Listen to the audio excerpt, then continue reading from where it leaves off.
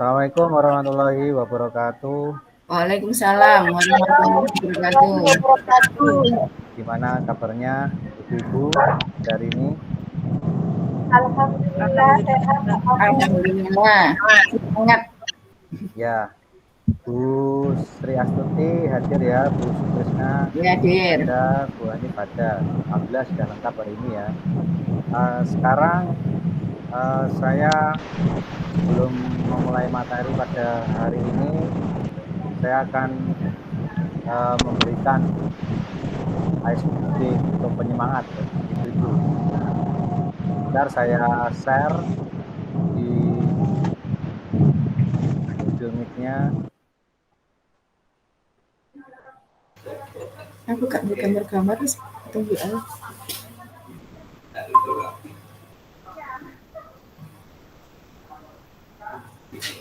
Oh, terdiri Kelihatan ibu-ibu? Iya, Pak, kelihatan. Masih kelihatan tulisannya. Ya, kelihatan tulisannya ya. Iya. Ya, sekarang kita ikuti instruksi dari PowerPoint ini. Oke. Pusatkan pandangan Anda ke tengah-tengah kedua tangkai bunga itu. Sudah? Oh. Iya, sudah. Lanjut. Ya. Kepalanya ditegakkan. Tegakkan. Lanjut. Miring sedikit. Miring ke kiri. Ke kanan, ke kiri. Ke kiri boleh, kanan boleh, silakan. Ya. Ya. Senyum. Siap. Wow. Ya, ini bukan menyamakan itu Bu ya, tapi biar penyemangat saja. Baik ibu-ibu, untuk pertemuan hari ini kita akan membahas tentang ini, tujuan dan prinsip pengembangan kurikulum operasional di satuan pendidikan. Tujuan kurikulum di satuan pendidikan yaitu mewujudkan visi, misi, tujuan dan arah kebijakan. Yang kedua, meningkatkan kualitas satuan pendidikan tersebut. Bagi guru, tujuannya apa? Pertama, untuk mengembangkan kreativitas membuat modul ajar dalam proses pembelajaran. Dua, acuan dalam pelaksanaan proses pembelajaran sehingga lebih terarah.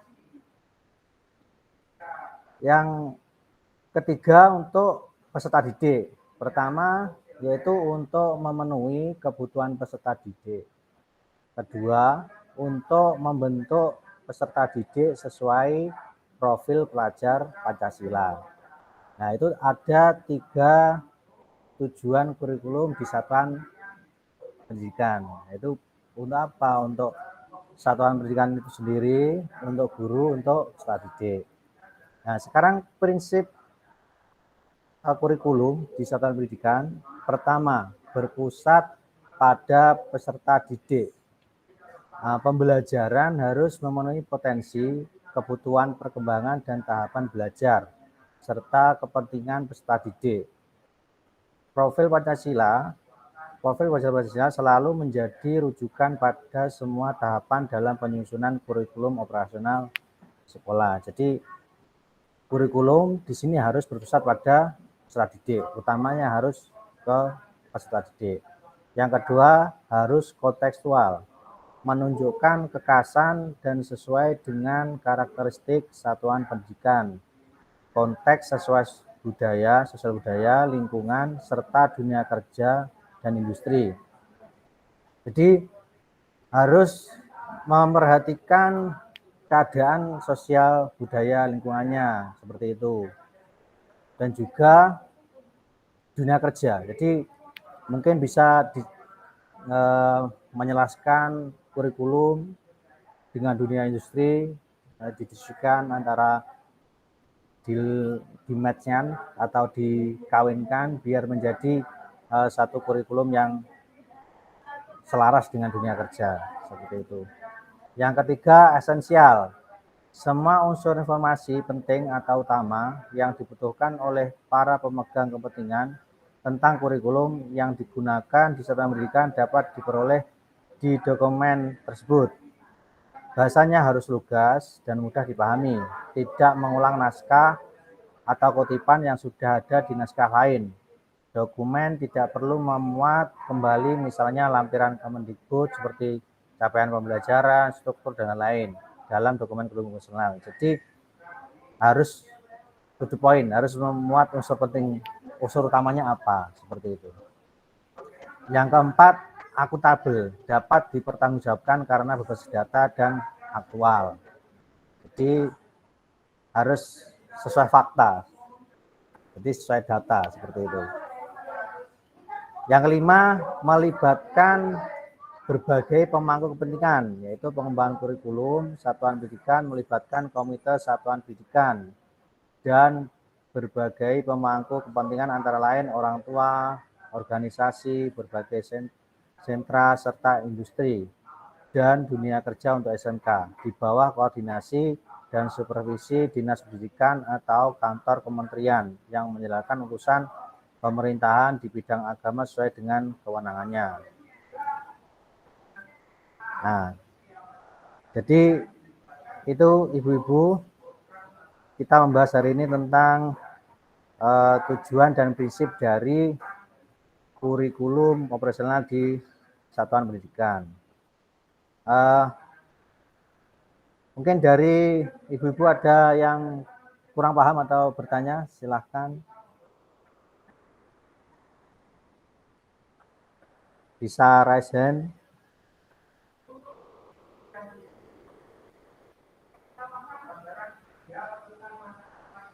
Ya, ini yang angkat tangan Bu Hanif. Silakan Bu Hanif, bisa dibuka mikrofonnya. Ya, saya mau tanya, sebutkan ciri-ciri atau profil pelajar Pancasila, Pak. Ya, terima kasih atas pertanyaannya Bu Hanif. Jadi seperti yang kita pelajari di hari sebelumnya, yaitu profil pelajar Pancasila itu ada 6 ya. Yang pertama, beriman, bertakwa kepada Tuhan Yang Maha Esa dan berakhlak mulia. Jadi elemennya yaitu siswa itu atau pelajar itu harus beragama. Yang kedua, harus berkepribadian. Yang ketiga, harus punya akhlak kepada manusia. Yang keempat, harus mempunyai akhlak atau sifat yang baik kepada alam sekitar. Terus yang kelima, harus mempunyai akhlak atau bersikap yang baik terhadap negara. Nah, itu satu. Yang kedua, berkebinekaan global. Nah, jadi apa maksudnya itu berkebinekaan? Yaitu mengenal dan menghargai budaya. Yang kedua, kemampuan berkomunikasi interkultural dalam berinteraksi dengan sesama.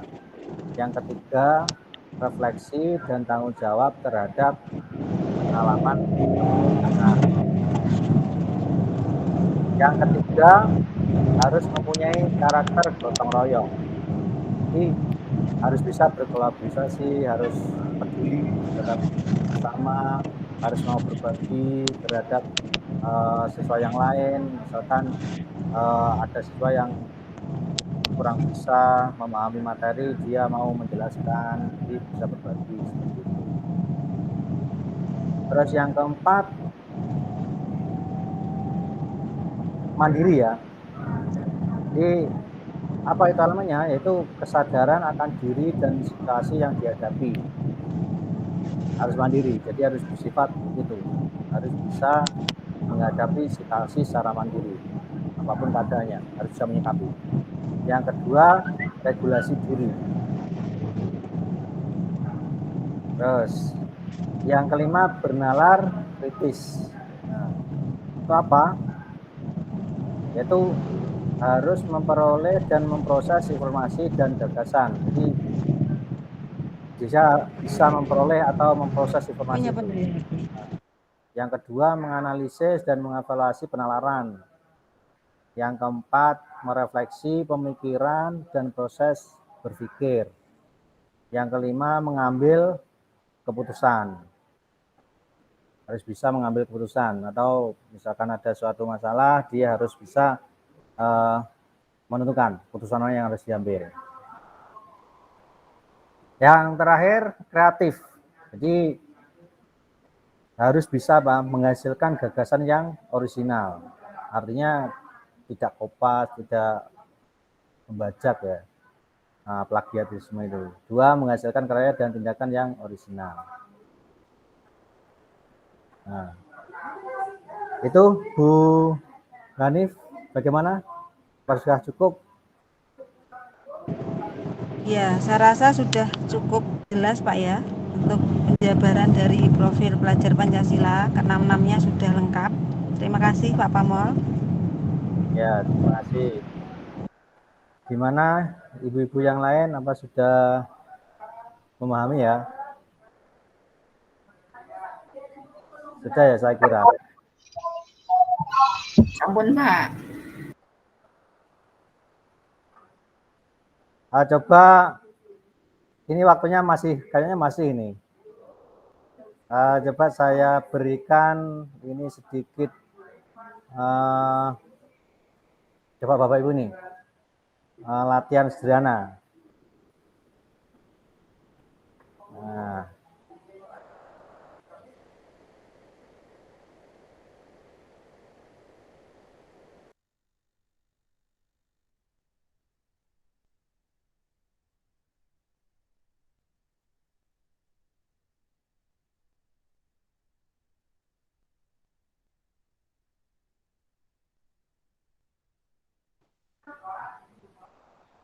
klik link yang ada di grup. Bentar, apakah sudah masuk?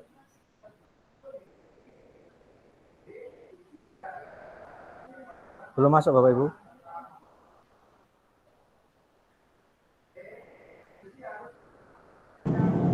Kuisis ya Pak, sebentar. Ya, khusus. Coba itu diklik. Belum? Belum masuk? Bentar. Belum Pak. Belum Belum masuk. Pak. Bentar, mungkin sinyal nih.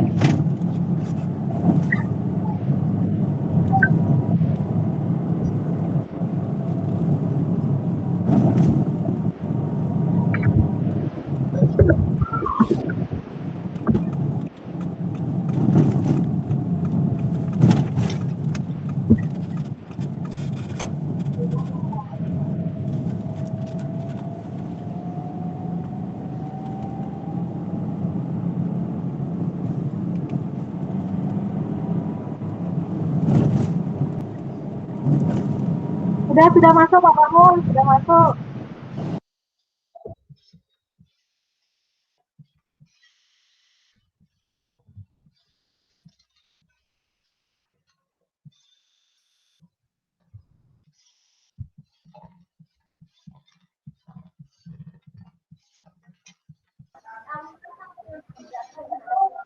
Mas, ini tapi koneksi putus.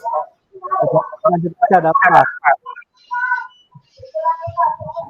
Coba diklik di link yang saya bagikan ibu-ibu di grup ya. Ya Pak.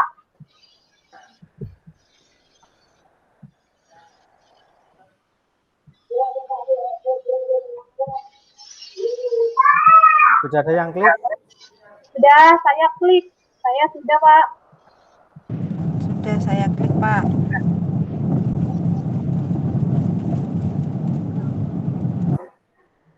kok belum ada yang muncul ya ini di sini. Apa perlu masukkan kode di situ, Ibu? Udah ada langsung masuk. Muncul Langsung ini masuk. Bu Hanis sama saya Pak ya. Langsung masuk ini, Pak. Istri juga masuk. Bu Sri juga sudah.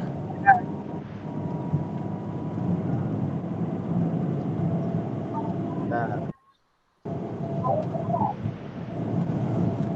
Ya Allah, orang enak cas ya. Oke.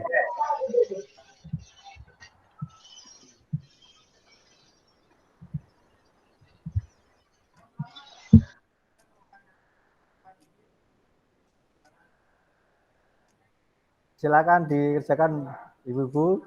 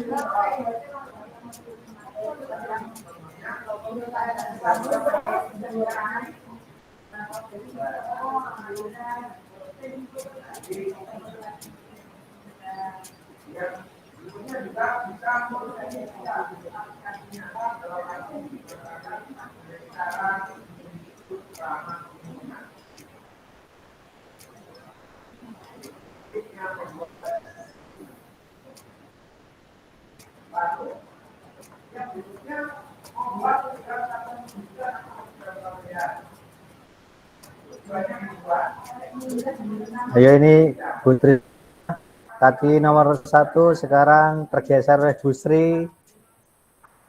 Ayo Bu Hanif, segera selesaikan.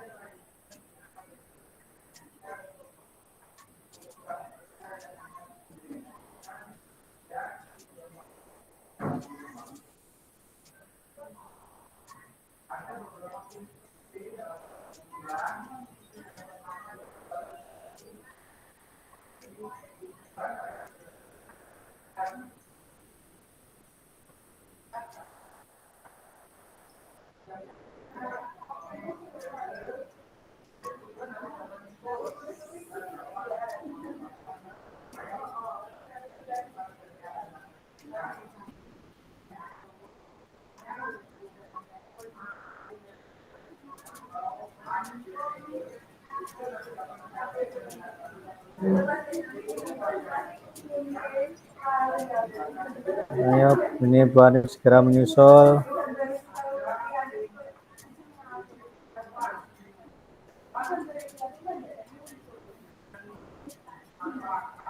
Bu Trisna selesai dengan skor 3.530.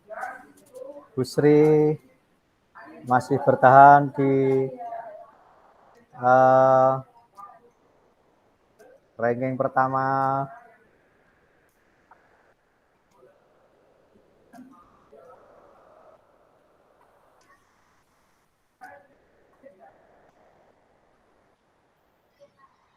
Saya sudah selesai sendiri Pak Bangun. Iya, 7 soal Bu Sri. Bu Tris ya? Iya, nggak bisa kembali berarti ini. Enggak apa-apa.